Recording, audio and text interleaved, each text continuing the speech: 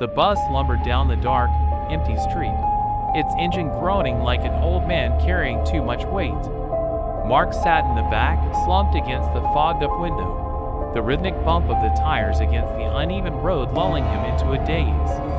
Outside, the city was a blur of dim streetlights and shuttered storefronts. It was late, too late for anyone else to be riding, which suited Mark just fine. He wasn't in the mood for small talk. The bus jerked to a stop, the hydraulic hiss of the doors breaking the quiet. Mark frowned. He hadn't seen anyone waiting at the stop. The man stepped on. If you could call it a man. Mark blinked, his heart stuttering in his chest.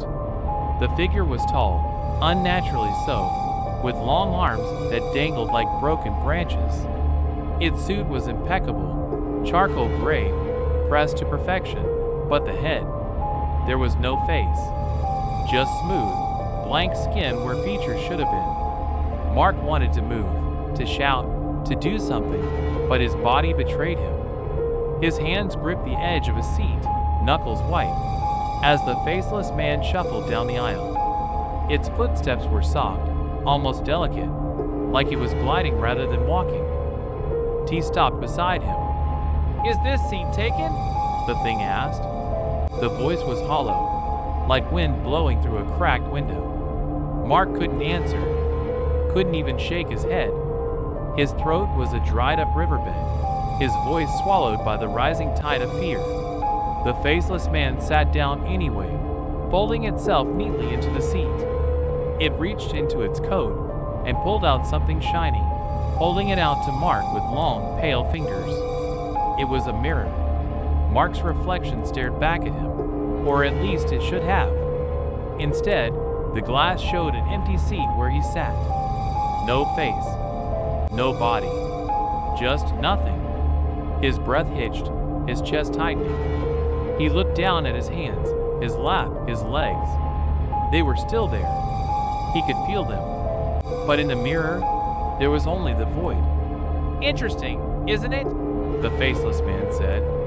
It turned its smooth, featureless head toward him, tilting slightly, like a curious bird. "How quickly it all disappears!" Mark's hand shot up to his face, clawing at his skin, his cheeks, his eyes. But there was nothing to feel. His fingers slid over smooth, blank flesh, as if someone had erased him, like a smudge on a photograph. He opened his mouth to scream, but no sound came out. The faceless man stood, tucking the mirror back into its coat. "Next stop," it said cheerfully, pulling the belt cord. The bus lurched to a halt, and Mark felt himself dissolve, piece by piece, as if the world itself was forgetting him. By the time the doors hissed open, the seat was empty. The faceless man stepped off into the night, leaving nothing behind but a faint impression on the worn leather seat and the heavy, oppressive silence of the bus.